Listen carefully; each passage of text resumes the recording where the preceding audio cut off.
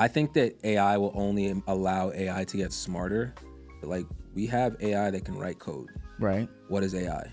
Code. The growth of AI is only going to lead to more growth in AI. And if you think about like Moore's law, which says that the technology grows exponentially, if you brought somebody from the 90s right now to right now, they go and think this is witchcraft. You know what I'm saying?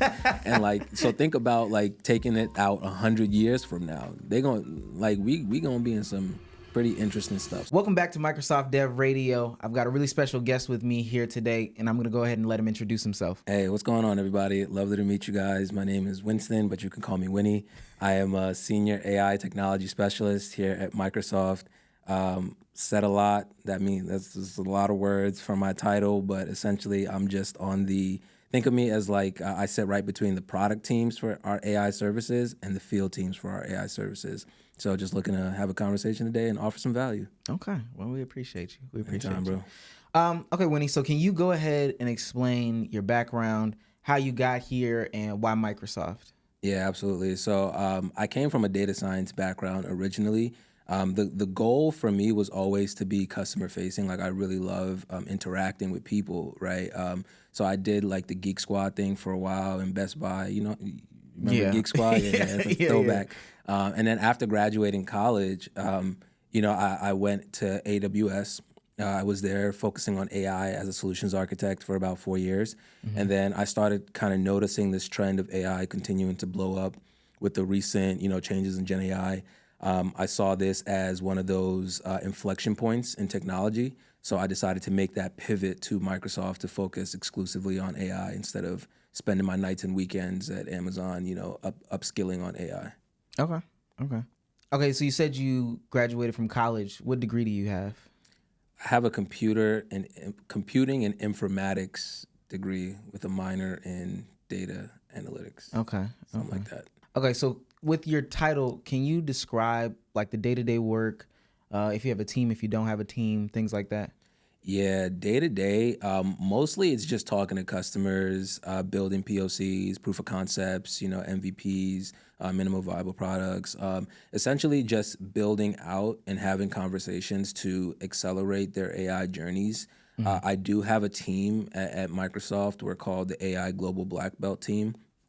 On that team, it's housed with, tons of very, very talented and very, very smart people that I feel lucky to work with. And like I mentioned earlier, we kind of just integrate ourselves into use cases and with customers and help accelerate their AI journeys. Okay. And with this talented team, can you speak to the culture of the team and the diversity that's on that team as well? Oh, yeah. Very, very diverse. It's actually pretty cool. In terms of like the people, I would say like some of the biggest nerds that I've ever seen.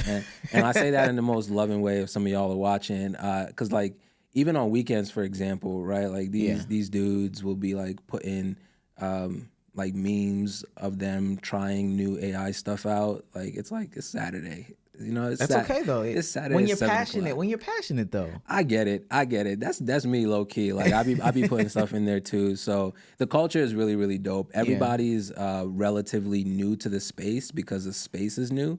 So everybody's still very, very hungry. Everybody's learning a lot and bringing a lot of those like experiences from their past lives into this. It kind of reminds me of like when the cloud first started, right? And like the principles didn't necessarily disappear, right? Like database admins could still be database admins, but just wrapped in a cloud provider now, right? And the same with like a lot of these AI professionals before. They're still AI professionals, but the landscape is changing so fast that it really produces a lot of learning opportunity. Okay. Sounds like you got to be smart, think quick on your feet, willing to ebb and flow with how the world goes. But that sounds like tech though. That's literally the world, Yeah. That's fine.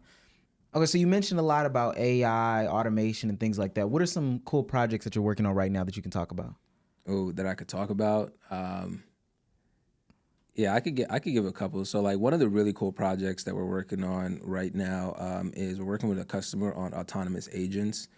Autonomous agents are essentially just like we're leveraging the power of a large language model, right? So think like GPT-4, GPT-4o, 3.5, et cetera, and then we're attaching like tools to these agents, right? So not only can the LLM or the large language model tell us something, right, or reason, it can now also take action on like an outside resource, right? It can actually do something, right? Update a database. It can call an external API to take an action. And we're actually working on products or projects rather where we can set up multiple agents, right?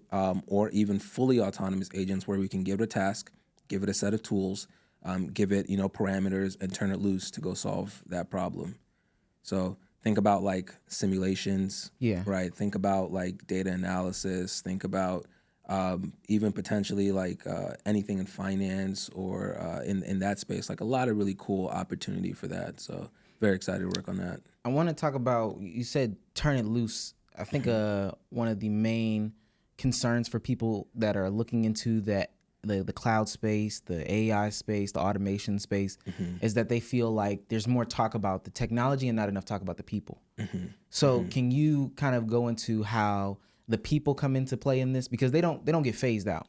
They don't get phased out, right? Yeah. I absolutely not. So like whenever I'm working with my customers, like what I always make sure to note is AI is meant to augment human capability. It's not really meant to replace human capability because AI is not to the point where it can replace human capability. I don't think that, well, let me put it this way. Some people have a goal of getting AI to that point, but I don't think that AI will ever fully be able to replace a human being. Right. So that being said, the question shouldn't be how can we get AI to do this, right? The question should be how can we get people to use AI to do this? You know what I'm saying? Right. So people don't phase out. If anything, people are able to do more, right? Because of a lot of the monotonous stuff is taken care of with AI. Right. And I think a lot of people don't understand that, especially like things like Copilot. Copilot is supposed to be your friend, as opposed to something that you look at as a replacement for you. It's there to assist you. Exactly. It's really there to assist you. Now you talked about, the diverse backgrounds of your team, and they come from these different walks of life, and even you coming from a Geek Squad background. Can you touch on how people can, hop into the world of AI and automation from your perspective? Yeah. So if you're looking to hop into the world of AI, the way I kind of see it is like there's three layers to it, right? So there's the AI at like the application level, right? There's the AI at the platform level, and then the AI at the infrastructure level, right? So if you think about like the application level, you have like applications right now that are using AI that are built on AI. So think like ChatGPT. If you're into like video development or anything like that, think like Opus Clips, right? Or anything that's gonna like create some content for you. So you can leverage AI in that sense, right? Applications that are already built out, start playing around with those, start understanding kind of how they work.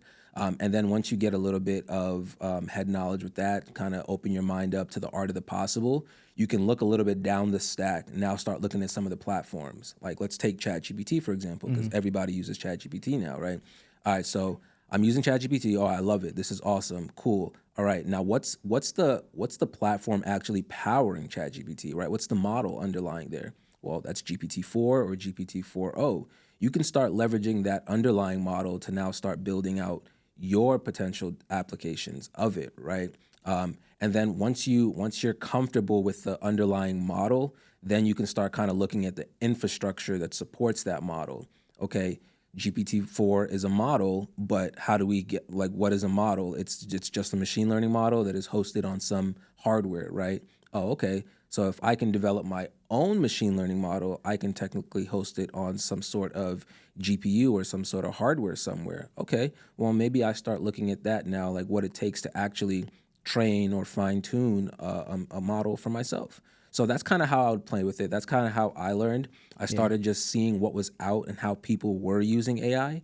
Then I started dissecting it and kind of taking it a step deeper, understanding how they were building it. And then I took it all the way another step deeper and started kind of tinkering and building it out myself. Okay. Where do you see the world of AI and automation in the next 5 years, 10 years? Ooh. Yeah. It's pretty. Oh. I like it. Okay. I like where it's going. Reason I like where it's going is because I think that AI will only allow AI to get smarter, right? And like I said, like a lot of people are pushing towards AGI right now, artificial general intelligence, where it's AI that can do everything. But if you think about it, like we have AI that can write code. Right. What is AI? Code. Yeah. You know what I'm saying? So not only can it like have conversations with you, but now it can actually like update and fix itself, come up with new ideas, right? How do we train a machine learning model? We need data. We can use AI to create data, synthetic data. Yeah. You know what I'm saying? So AI, the growth of AI is only going to lead to more growth in AI because AI can like self-power itself essentially. And if you think about like Moore's law, which says that the technology grows exponentially, think about where we were 5 years ago. Like if you brought somebody from the 90s right now to right now, they go and think this is witchcraft. You know what I'm saying? And like, so think about like taking it out 100 years from now. They going like we gonna be in some pretty interesting stuff. So I'm looking forward to it. I'm excited for it. That's very true. So you mentioned earlier about Microsoft AI Global Black Belt. Can you go into more detail about what that is? Yeah, absolutely. So the AI Global Black Belt team is essentially it's a specialized team specifically for AI. We sit right between the customer-facing field teams and our product groups, right? So we support every customer in essentially in the global, like the geographic area, and our primary function is to drive adoption and also drive speed and execution when it comes to AI workloads, right? So think of us as developers, think of us as product managers, think of us as specialized AI resources, and we really wear a bunch of different hats depending on what it is that we're trying to do. So some days we can be coding all day, some days we can be leading workshops, training our customers, some days we can be architecting. Other days we can literally just be sitting with customers trying to understand their business to the point where we can then suggest and suggest AI workloads or AI tools that can help their business. So it's actually a really, really cool function of our Microsoft ecosystem, and I recommend if you have the opportunity to work with an AI GBB wherever you get a chance. Okay. So we talked about diversity on teams, and I think a lot of people don't understand that diversity doesn't necessarily just mean us as minorities, but it also means people coming from a plethora of different backgrounds, whether it be the certification route, whether it be the traditional college degree route, et cetera, et cetera. But at the core of that, and it's something that you mentioned earlier, these people work on their principles, something that Microsoft values very highly. The principles of computer science, the principles of automation, the principles of cloud computing, the principles really, really matter. Where do you think 19-year-old Omar, I'm coming out of high school, I want to focus in on the principles and I want to focus on building my skills.